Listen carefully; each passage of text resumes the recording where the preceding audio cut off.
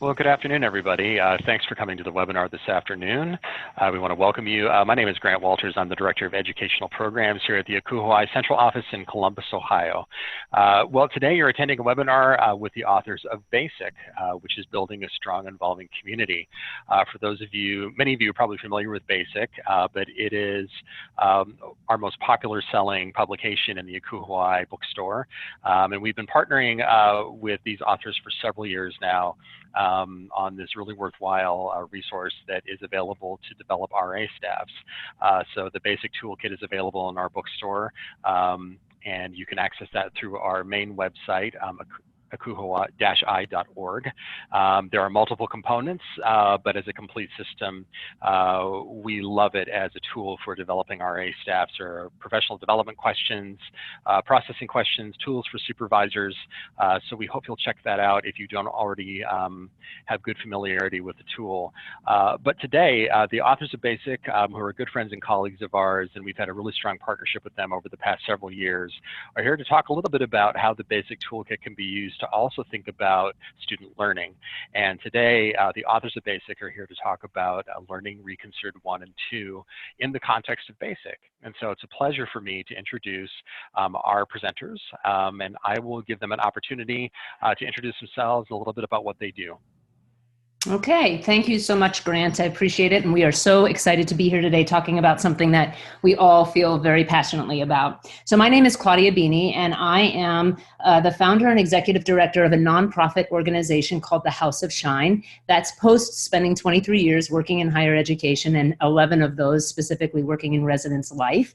And I would say, to describe the work that I'm currently doing, we're doing all the same things that I did really when I worked in residence life, which is building community and helping people discover who they are and why that matters.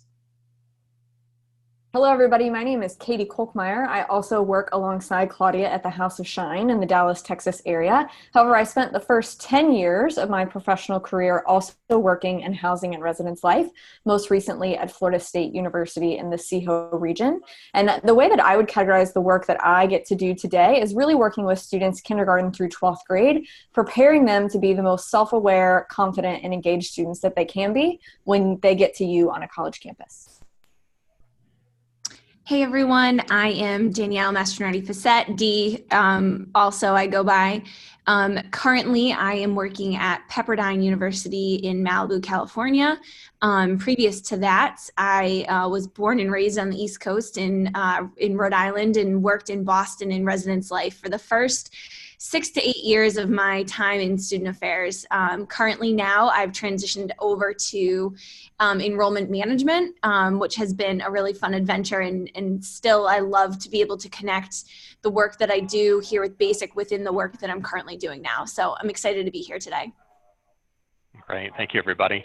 So just a quick note before we get started, and I'm going to get Katie to share her screen because we'll begin the presentation here. There's an opportunity for you to ask questions. So there's a window on your screen where you will be able to enter in questions that you might have for either for me as the person who is moderating the webinar. So if you have a tech issue or anything like that, you can let me know and we'll try to get that fixed for you. But otherwise, if you have questions for the authors as the presentation proceeds, that's the place where you want to type them in. We'll try to reserve those till the end of the presentation, just because we want to make sure that we let the authors go through and get their content presented. But if there's something urgent that you'd like them to know, or if you need any clarification, just kind of clarify that in your question and we'll get that taken care of. But otherwise, we'll answer Q&A at the very end, and we'll have our presenters take care of that, and we'll let you know when that's going to happen. And so without further ado, I'll get Katie to share her screen if she could.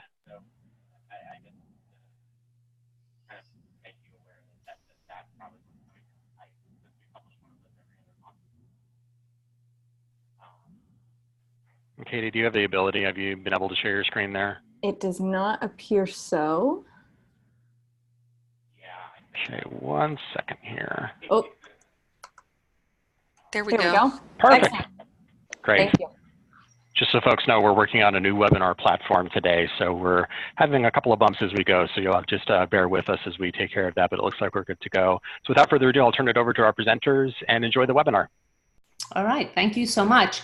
So we have a handful of slides that we'll go through, but to Grant's point, we really do love questions at the end, so we'll look forward to those.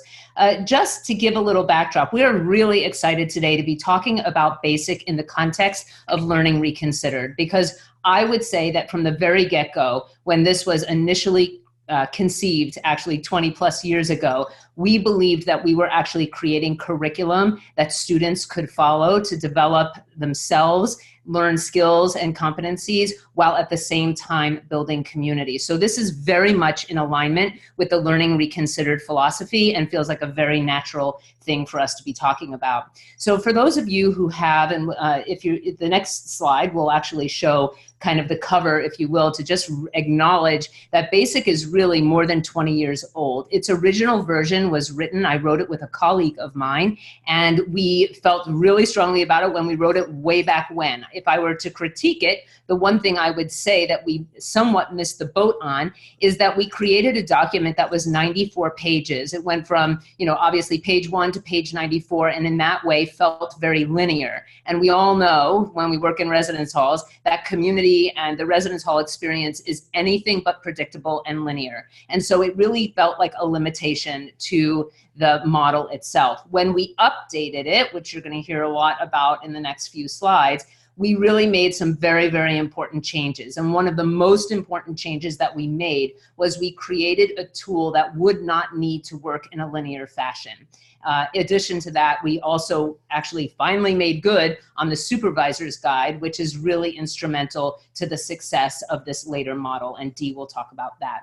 So, I think we would all agree and all understand that, really when working in student affairs, we spend a lot of time talking about the role that faculty members play on campus and the role that we as student affairs professionals play on a campus. And faculty can oftentimes, transfer information without necessarily caring about its application to the student's actual life.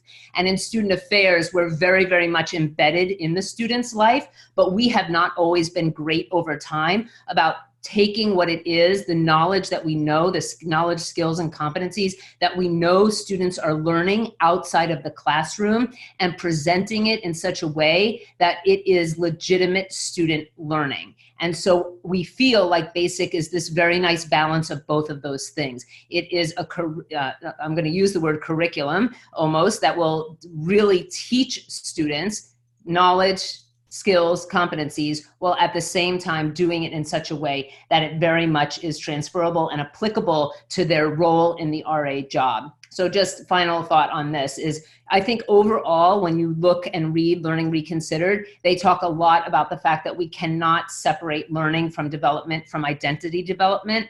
And I would say that BASIC really strives to do that, which is to very much integrate learning with development, with identity development.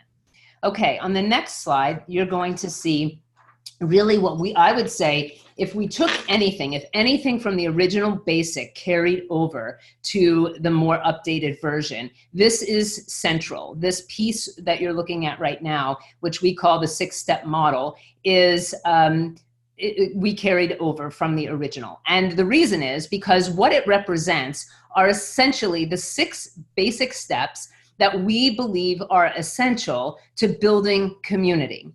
Katie's going to talk a little bit later about why we made this shift, but at the center of our model is this notion that good leaders build strong communities. And so this 6-step piece right here is actually talking about, if you will, deconstructing how community actually gets built.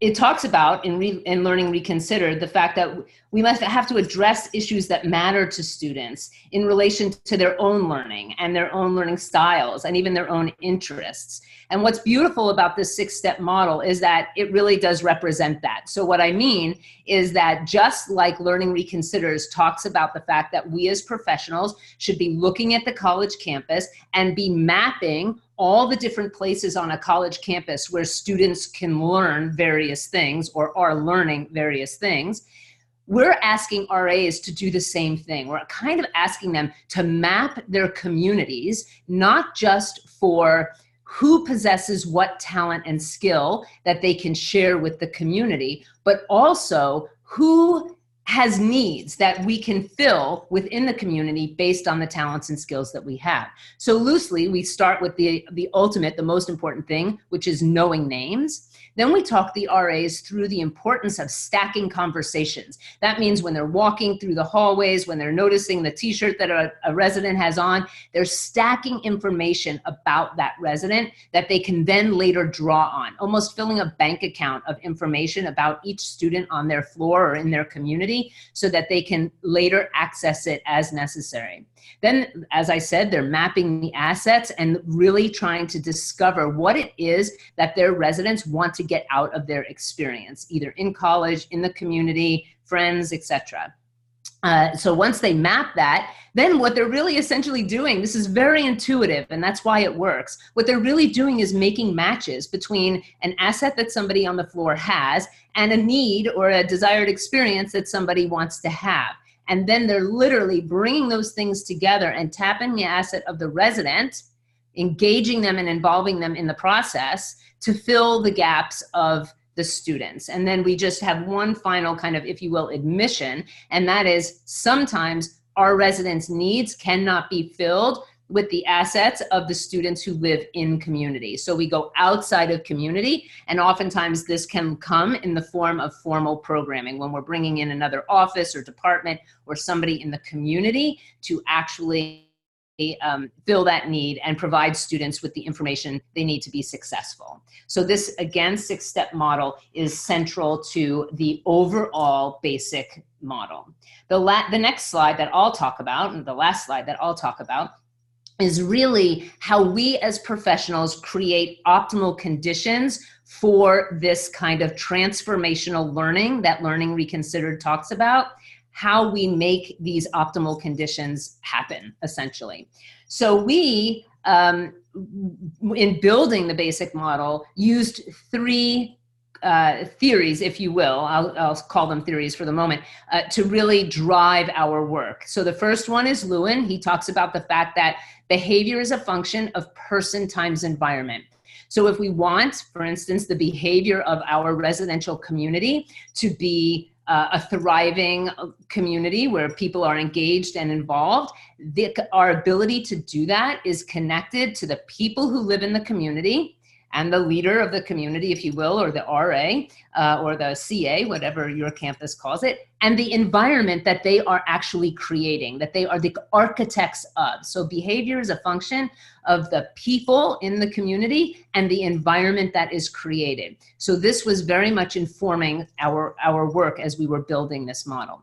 The second piece of it is really coming from literature that you could be reading in the business world. So Daniel Pink and his book Drive, he talks about what it takes to actually motivate people. And he says 3 things have to happen: autonomy, mastery, and purpose. Autonomy is, we think that we do a beautiful job of weaving this concept into the basic model, because the entire model is really designed to let RAs be moving at their own pace with their community in autonomous ways based on the needs of their community coupled with their talents and skills. So that's the autonomy piece. The mastery piece is beautifully addressed because we have a set of challenge cards that really do cultivate a set of skills, leadership skills within the RAs. And so they are very much getting this notion of mastery.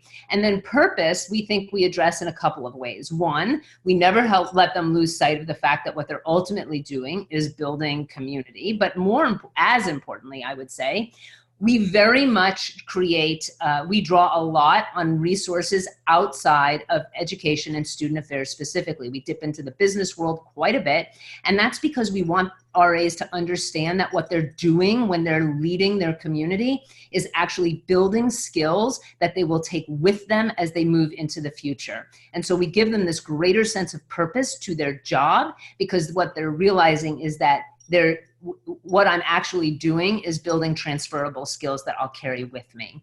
And then the last piece that really is seminal to our work is a piece that's old. It's old, it's from 1984, but it's very basic, and it very much speaks to what must occur in order for students to learn. Number 1, high expectations. Number 2, involvement. And number 3, feedback. So, you know, the expectation, of course, it's there. We've set out a beautiful model, which Katie and Dee are going to walk you through. Then the second thing that we've done is the model is not only designed to really involve the RA or the CA in the community, roll their sleeves up and actually build community. But in addition to that, it is really challenging the RAs to engage their residents in the process as well. And you'll learn more about that. And then the feedback piece gets addressed through the supervisor's guide. We believe that the prize inside is that we actually build better supervisors through the basic model. So I'm going to turn it over to Katie now, who is going to tell you a little bit more about just the basics, the logistics, if you will, of the model, and not just the theory that kind of sits behind it. So Katie, do you want to take it away? Excellent. Thank you, Claudia. So one of the major components of the Learning Reconsidered document is not only this transformative learning kind of theory, or the importance of transformative learning that the document sets out for us as student affairs professionals, but it also begins to make some recommendations of how you actually do that on a college campus. What are some steps that we can take to be creating these types of learning environments for our students and for our staff? And so what I'm going to walk us through are what are the 4 recommendations that they make in terms of steps to take to begin to create these types of experiences. And then how is BASIC set up in that same way to address, to provide each of these recommendations for you as a way to begin implementing that on your campus. So the first recommendation that they make is that you work to identify skills and competencies that you want to be teaching in the environment that you have. And so the document itself outlines 7 different defined learning competency areas. Examples of those would be cognitive complexity, humanitarianism, civic engagement, with a number of different dimensions and outcomes sitting within those 7 defined areas. And so what the document is recommending is that you and your department, or you on your campus, decide which pieces of those are you going to address. And so the basic model, what we have created, is a tool that teaches 45 different leadership attributes. So the skills and competencies that we are addressing certainly overlap with the 7 outlined in the Learning Reconsidered document, but we have chosen to do that through these different 45 leadership attributes. When we were beginning to create this updated version of BASIC, part of what we did is we wanted to take a look at what are employers today really looking for? What leadership attributes and skills do they need a graduate to have when they show up for the first day in a professional position? And so we did that by looking at journals and magazine articles and different publications that were available from the business sector, as well as looking at the 7 traits that the NACE organization has identified through research that employers are really looking for in future employees. And when we did that, we found traits and attributes such as the ones that you see on your screen. So things like humility, creativity, adaptability. One that's not on your screen that we worked into our most recent booster pack of leadership attributes that we released was emotional intelligence. And so again, we're really looking at what are the hard and fast learning outcomes and skills that we want our students to be learning, that we want these resident assistants or community assistants to be learning through their position in our department. And then how are we using those as a part of this transformative learning environment that we are creating? The next recommendation from Learning Reconsidered is to determine the context through which your students will acquire those skills and competencies. And so for the basic model, that environment or the context through which we hope they will learn these 45 leadership attributes are as the leader of a residential community. As Claudia mentioned earlier, one of the original components from the basic model that has remained the same is the 6-step community development model. Because at the end of the day, these students are a part of a community. They are creating community through their interactions day in and day out with their residents. But really the context that this model is putting them into is the leader of that community that they are helping to create. And so in the basic model, the one that was updated most recently, we really have put that role as leader as the main context through which we are teaching them those 45 leadership attributes. And so we are focusing on that role, believing that when we develop them as leaders, strong community will naturally emerge. Through the activities and the challenges that they're doing with each of these leadership attributes, they are going to engage with their residents. They are going to engage their community, and we know that community will then naturally emerge through their role as a strong leader. And where there is strong community, programming will also naturally emerge. We know that different campuses have different programming models. Some campuses are moving to residential curriculum models and away from traditional programming. And so we know that this can look a number of different ways depending on your campus.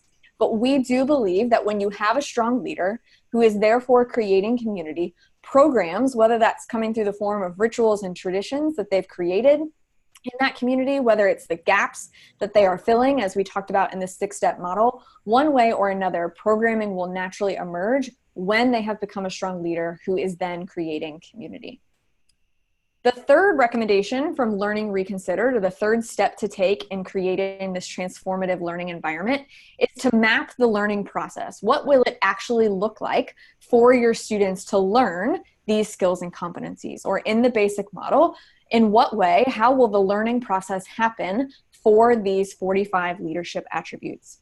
The tool that we utilize the most in order to make that learning happen, the process for that learning to happen, are these challenge cards that we keep referencing. And so the way that these 45 leadership attributes are taught are through weekly challenge cards that are pulled together as a staff in a weekly staff meeting. So as you can see, based on what's currently on your screen, this is what one of the challenge cards looked like. So there are 31 in the original deck that comes as a part of the Supervisor's Kit, which again is available in the Akuhuai bookstore. And then there are an additional 15 cards that we released this past summer as a part of the booster pack. And so on all 46 of those cards, you will see the following. You will see up at the top is obviously the name of the leadership attribute or skill. There then is a real world example or real case scenario of someone who has displayed or who has lived out that leadership attribute. This particular example is our risk-taking card, which is actually in the booster pack that we released this past summer. And the story or the description that it's giving is about Kerry Washington, who was the leading actress in the show Scandal. And this card is talking about what a risk that was for Kerry Washington to take in taking on that role, as by doing so, she was the first Black female TV lead character in almost 40 years. And the risk that she took in doing that and representing the Black community in a lead role on a TV series. And so that's kind of the story, if you will, that it's telling on the top part of the card. And then down at the bottom is where you actually will find the challenge that students are then going to complete. And so the way that these leadership attributes are being explicitly taught, that we know the learning is happening, is that they not only are hearing what that trait can look like or how it can be used, but they then are being challenged to either connect individually with one resident, to connect with their larger community as a whole, to pair up with another staff member. They are being challenged in some way to actually explicitly engage with this leadership attribute. So the example on this particular card is it lets them know that risk-taking can look drastically different from person to person, but that the key is to identify a positive behavior or experience that feels outside of their comfort zone. So really what they're thinking about is what feels uncomfortable to me, because that therefore means that it would be a risk for me to take. And so their challenge is for them to identify a risk, what would feel outside of their comfort zone, and then get out there and do it. Some examples that are given in that challenge is that they might offer to lead a team building activity at a staff meeting. They might reach out to a campus administrator that they've been wanting to connect with, but just it has felt like too much of a stretch to do it. And or they might implement an event that they've been brainstorming or thinking about, but just have been too scared to do. So again, really giving them an explicit opportunity to learn through this transformative experience how to take a risk. And so again, that's one example of a challenge card. There are 46 total between the booster pack and the original deck. And that is the process through which these leadership attributes are being taught. The fourth recommendation from Learning Reconsidered is that you create opportunities to incrementally track the development or the learning that you want your students to be having. And so we have implemented a number of what we call supervisor touch points that are a part of the basic model, opportunities through which the supervisor is going to be incrementally tracking the development and the learning of these leadership attributes. So I'm going to go ahead and turn it over to Dee, who is actually going to walk us through what the supervisor implementation and touch points of the basic model looks like. Thank you so much, Katie. This is the perfect transition here. First, before I kind of really dive into the supervisor's guide, I wanted to pull out this quote from Learning Reconsidered, because it is so important to show how you can leverage BASIC in this way of assessment. So, and please let me read this quote. It says, assessment tools should include, but should be limited to, formal written inventories, questionnaires, and web surveys, faculty, staff, and mentors' observations of students' behavior, peer assessments, information gained from individual interviews, presentations, journals, and portfolios, and data gathered from group work, focus groups, and case studies. So, what I'm going to dive into now, and what Claudia has really talked about a bunch and Katie really has touched on, is not only, we're giving the students this structure and these challenge cards, but we're really giving them the opportunity to assess, and for you all as student affairs professionals to help assess the development that they are going through every single day. So if we can head over to the next slide, as Katie just left off on, these are the 6 touch points that we've identified for you all to really be doing that assessment of your students and really helping them work through everything they're going through in their day-to-day, not only within their role as an RA, but this can also really bleed into their personal lives as well and with their academic lives. So the 6 points that we've identified are summer and winter training, weekly staff meetings, one-on-ones, weekly reports, end-of-year staff evaluation, and the rehire process. So you on your campuses, as we've said a couple of times now, you might do some of these, you might not do all of these. Every campus does things a little bit differently. But within the supervisor's guide, we've been able to lay out these 6 touch points and give specific ways in which that you can utilize BASIC in each of these meetings per se with your students to help leverage BASIC. For example, with summer and winter training, we really walk through and show you how you can help train your students and also train you all as professional staff members to help supervise BASIC.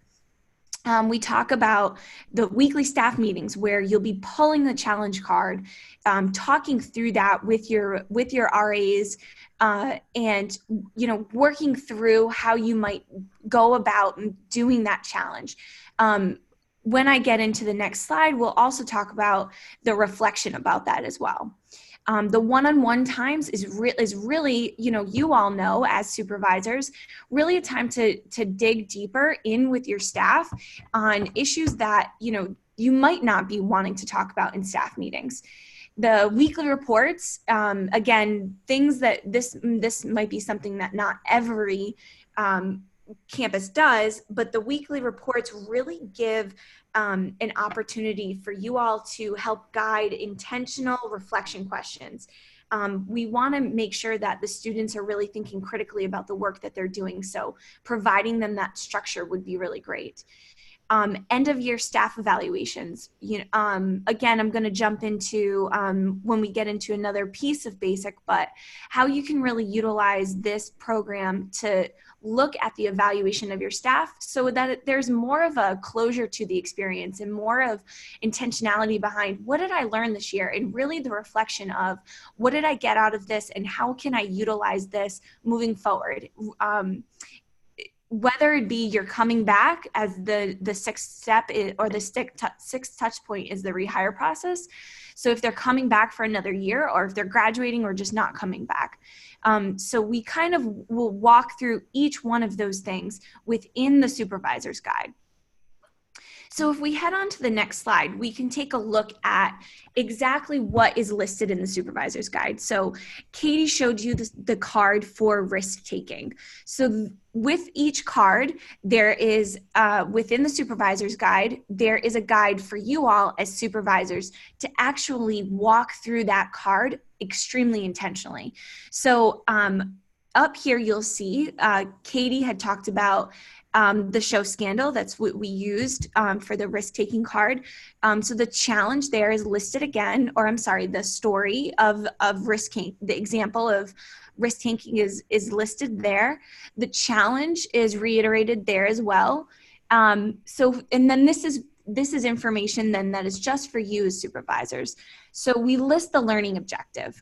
For each one of these cards, there is a learning objective, which definitely is different from a lot of the things that we're doing in our day-to-day work. You know, sometimes in residence life, you're just doing stuff because, you know, we need to do operations, we need to check out keys, we need to be doing health checks, that type of stuff. Within BASIC, we really make sure that with these cards, the students understand why they're doing each one of these challenges. So in this case, the learning objective for the risk-taking card is this week is for staff members to act outside of their comfort zone and engage in growth-minded behavior.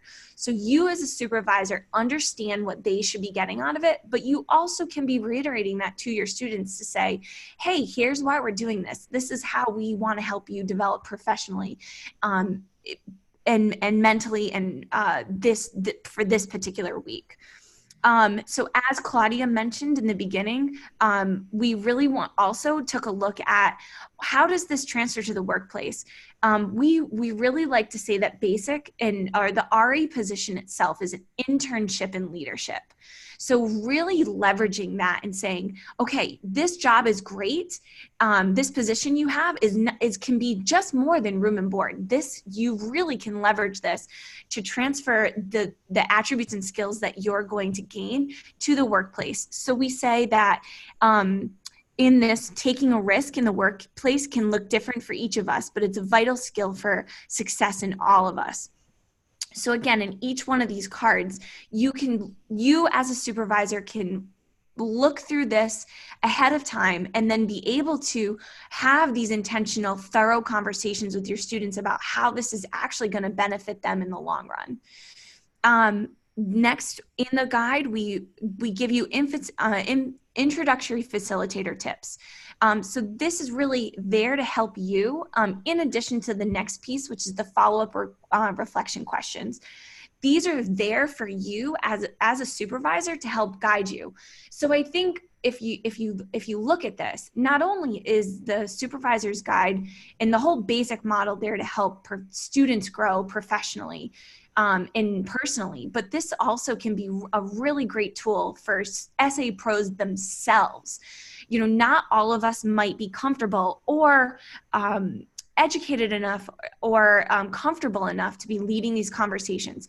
So we try to make this as easy as possible and as intentional as possible for you all to be leading those conversations. The last piece we include in this is suggested portfolio items, which I'll get into next, and then of course the reference. So as I just alluded to, portfolios, that is another big piece of the BASIC model. So here are examples that we've listed out on ways in which that people are using BASIC, are creating portfolios in BASIC. We have been working with multiple schools, many schools across the country that have come back and told us all the incredible ways in which that their students have decided to create their own particular portfolio. So as you can see, the first one listed here is journal entries. So in the resident advisor's guide that you would get if you purchase the entire package of BASIC, there is pages in there of high, low, and aha for students to just jot down how they're feeling about each challenge. They could be collecting different things that they're gaining off of their challenges, what they can put in their shoebox or folder. Same thing with the portfolio and scrapbook. Other examples that we've seen that are a little bit more driven in the technology world is video montage, photos montage. We've seen digital journals and blogs, students just actually keeping a blog of their experience from the week to week, and then also using social media. We also understand portfolio. The word portfolio can mean different things to different schools. We work closely with the Massachusetts College of Art and Design in Boston, Massachusetts, and they've actually used BASIC from the get-go. They're on their 4th year now, which is incredible. And they told us about 2 years ago that they decided to change the name of the portfolio to compilation, because for art students, portfolio means something completely different. And giving them another portfolio to do scared them. So they decided that compilation sounded better. So this is really up to you all, what fits best with your campus. So there are so many different ways that you can leverage this and have your students do this. In the end, we also really do say that the portfolio is such a great way to utilize in your rehire process. Or if you wanted to utilize it in an end of year celebration where students can get up, they can give that presentation that Learning Reconsider is talking about. They're using those skills to show off the work that they've done and really be able to, again, reflect on the experience that they've had over the past year, utilizing BASIC within their role as a resident assistant. Excellent. So that is the end of the formal content that we have for today's session. If you haven't yet and have a question, please feel free to go ahead and plug it into that Q&A section.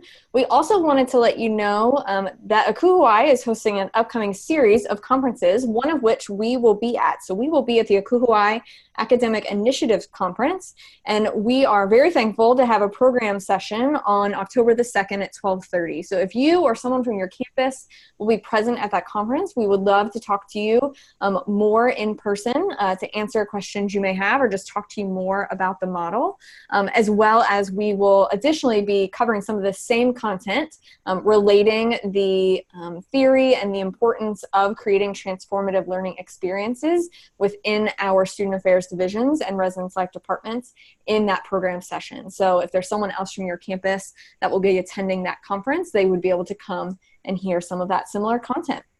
So with that, if you're interested in contacting us, here is our individual contact information, and I will let Grant tell us whether or not we have any questions out there.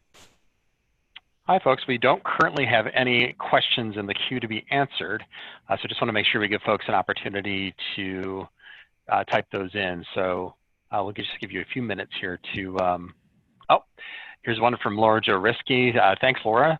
So this looks like a resource for current staff members, but have you heard of anybody using this as a tool for RA interviews? For example, using the challenge card topics for interview questions. That's actually a great question, and I'll let the 3 of them answer. Yeah, so this is Claudia, and one of the things that we love about BASIC is that it seems every month we're learning about a new way that it's getting used out in the field. So I cannot say that we've heard of it being used in the interview process, but one of the things we love about the way that we've worked with Akuhuai to package BASIC is that you can purchase the concept, the whole model, if you will, the kit, or you can get it in its discrete parts. So you can just get the challenge cards along with the user's guide so that you can use, again, that deck of cards. I think I would say the challenge, as Katie was describing, the challenges are almost designed, many of them, not all of them. Some of them are things they could do right there in an interview, in a room, and have an interesting dialogue around. Others are active in nature and require the RA, if you will, to go out into the community to complete and do a task. So if you brought it into an interview setting, they would be talking more hypothetically what they might do with it if they were in community, as opposed to, actually manifesting it. But it's a great question and an interesting potential use. So thank you for that. Okay, great. This is from Jeff Godowski. Any recommendations for incorporating BASIC in residential graduate staff supervision? So I'm going to say something quickly, and then I'm going to turn it over to either Dee or Katie, who might want to supplement my answer. I will just reiterate that we believe that the prize inside of the basic model, the unintended consequence that we are realizing is that we are building better supervisors. So I absolutely see that this model could be very useful in training and teaching graduate student staff, either in graduate preparation programs or just in a kind of a supervisor capacity if you were an area coordinator or an assistant director of sorts. Because really, in theory, we're all trying to build community, right? So you're trying to build community with your professional staff is trying to build it with their RAs, the RAs are trying to build it with their residents, and the list goes on. So it absolutely has utility in any form of training of professional staff. Yes. To Claudia's point, I would echo that absolutely. And I would say the documents themselves, so the RA guide, the supervisor's guide, are written with that language. So the RA guide is written with the language of resident assistant, however, could easily be swapped for graduate assistant, as well as the supervisor's guide talks a lot about either the supervisor being a graduate level or professional level staff. However, certainly if it was an area coordinator or assistant director who was serving as that supervisor, it would be easy to swap out that language. So to Claudia's point, it is very transferable regardless of who it is that you are wishing to implement the curriculum or the learning outcomes with. It just might be a simple, switching out the language when you are reading it based on what context you are using it. Which I might add to that is already happening in other contexts. For instance, we have some Greek organizations that use this with their student leaders. So they're already making leaps in language, if you will. Okay. Any other questions for our presenters? And again, you'll see on the screen that they have their email addresses. And so if you have any further questions, feel free to reach out to one or all of them. And I know they'd be incredibly happy to answer any questions you might have. You can also forward questions to me as well at the ACU Hawaii Central Office, and my email address is available on the website in our directory. So you're welcome to reach out, and I'm happy to share those with our presenters as well. Great. Well, Grant, thank you so much for coordinating today, and thank you for all of you who tuned in. Wonderful. So just a couple of housekeeping things here that we're going to do before we let everybody go. First and foremost, thank you to our three panelists today for sharing the information. We really value our relationship with House of Shine, and in particular with Dee and Claudia. And Katie for all the work they do for BASIC and for partnership with ACU Hawaii. And so, as I mentioned, the BASIC Toolkit is our best-selling resource in our ACU Hawaii bookstore. And again, if you're interested in purchasing the entire kit or components of the kit, you can log on to the ACU Hawaii website and visit our bookstore, and you can purchase things there using your credit card. We can also help you if you want to call the central office and place an order as well. We can do that for you too.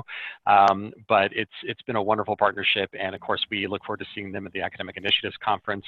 But if you ever have any questions about BASIC, again, the authors are always available. We're able to help you here at the central office as well, and we're looking forward to continuing that partnership and providing this great tool for our members as well. So just before we go quickly, thank you so much for all of you who joined us today on the webinar. So for those of you who would like to go back to this recording, the webinar will be available just in a couple of days after we're finished here, so we can post the recording in our ACU Hawaii online library. So you go through our front web page. You'll be asked to log in with your ACU Hawaii profile login, and then you can access it directly in our library. And the web address is on your screen there, but you can also access it again through our front page. Future webinars will also be listed on our front web page as well. So webinars that include certainly the BASIC authors, but also other topics as well. But otherwise, thank you so much for joining us today. We know you have busy schedules this fall, and so we appreciate you being here. Until next time, I'm looking forward to seeing you on future webinars. And for everybody who joined us, have a wonderful afternoon.